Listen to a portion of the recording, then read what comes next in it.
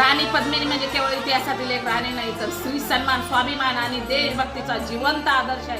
राणी पद्मिनी मेवाडच्या राजा रावल रतन सिंह यांच्या पत्नी होत्या. त्या अपूर्व सौंदर्याबरोबरच बुद्धिमत्ता, धैर्य आणि आत्मसन्मानासाठी प्रसिद्ध होते. त्यांच्या सौंदर्याची कीर्ती दूरपर्यंत पोहोचली होती. हीच कीर्ती पुढे दिल्लीचा सुलतान अलाउद्दीन खिलजी यांच्या कानावर गेली. खिलजीला राणी पद्मावतीला पाहण्याची व मिळवण्याची लालसा उत्पन्न झाली. त्याने कपटाने चित्तोडगडवर हल्ला केला. राजपुतांनी शौर्याने सामना केला, परंतु खिलजीने फसवणूक करून राजा रतन सिंहांना कैदेत टाकले. त्यावेळी राणी पद्मिनीने दाखवलेली बुद्धिमत्ता आणि धैर्य अद्वितीय आहे.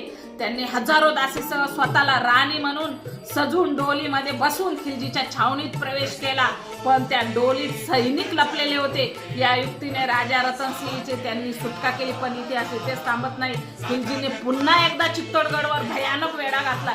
युद्धात राजपुतवीर एका मागून एक हौतात्म्य पत्करत होते. पराभव अटळ आहे हे लक्षात येताच राणी पद्मिनीने अतिशय कठोर पण सन्मानपूर्वक असा निर्णय घेतला.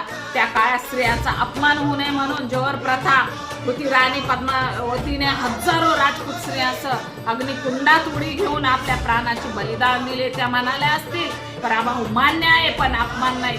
राणी पद्मिनीचे बलिदान हा मृत्यू नव्हता, ते अमरत्व होतं. त्यांनी संपूर्ण जगाला शिकवलेली स्त्री म्हणजे दुर्बल नाही, तर ती स्वाभिमानीसाठी सर्वोच्च अर्पण करू शकते. आजच्या युगात राणी पद्मिनी आपल्याला शिकवतात, स्वतःचा सन्मान जपा, अन्यायाविरुद्ध उभे राहा, धैर्य आणि आत्मविश्वास कधीही सोडू नका. राणी पद्मिनीचे जीवन हे इतिहासातील पान नाही, तर प्रत्येक विद्यार्थ्याच्या मनात पेटणारी नवीन ज्योत आहे.